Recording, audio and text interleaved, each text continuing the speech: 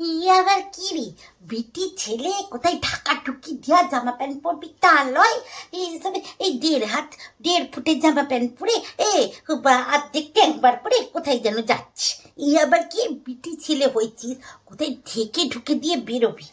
কেমন ধরা সব, এসব নিজের জিনিসপত্র লোককে দেখাই বেড়াচ্ছি।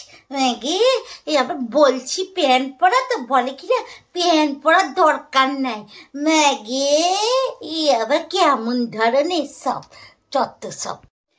আরে কাকিমা, কি যে বলো না, এই জামাগুলো এরকমই, এই জামাগুলোর সাথে প্যান্ট পরা চলে না, এগুলোকে ওয়ান পিস বলে, ওয়ান পিস, বুঝেছো? আজকালকার ফ্যাশন সম্পর্কে তোমরা কি জানো?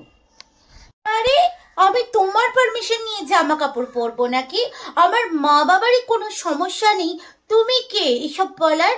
চত্ব সব, কোথা থেকে চলে এসে আমাকে ফ্যাশন সম্পর্কে জানানোর জন্য। তুমি বোঝো কিছু ফ্যাশন কাকে বলে? চত্ব সব, গেঁয়ো কালচার সব। দেখছো কেমন বড়দের সঙ্গে মুখে মুখে কথা কইছে? বলবে না কেন? মা বাবারই তো কোনো কথা বলার ছিঁড়ি নাই, তো মেয়ে তো ওরকম হবেই। দেখো, মা বাবা তুলে কথা বলবে না বলে দিচ্ছি। মা বাবা তুলে তুমি কথা বলছো কেন? নিজের চরকায় তেল দাও কে? লোকের পেছনে লাগা ছাড়া তোমার কোনো কাজ নেই। তুমি নিজে কি সেটা দেখো, বুঝলে? লোকের পেছনে কাঠি না দিয়ে তুমি নিজে কি সেটা দেখো।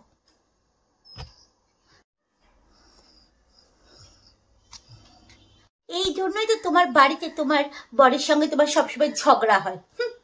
চত্ব রাজ্যের পেছনে, লোকের পেছনে কাঠি না নিয়ে নিজের বরকে আগে সামলাও, নিজের ঘরটাকে আগে সামলাও।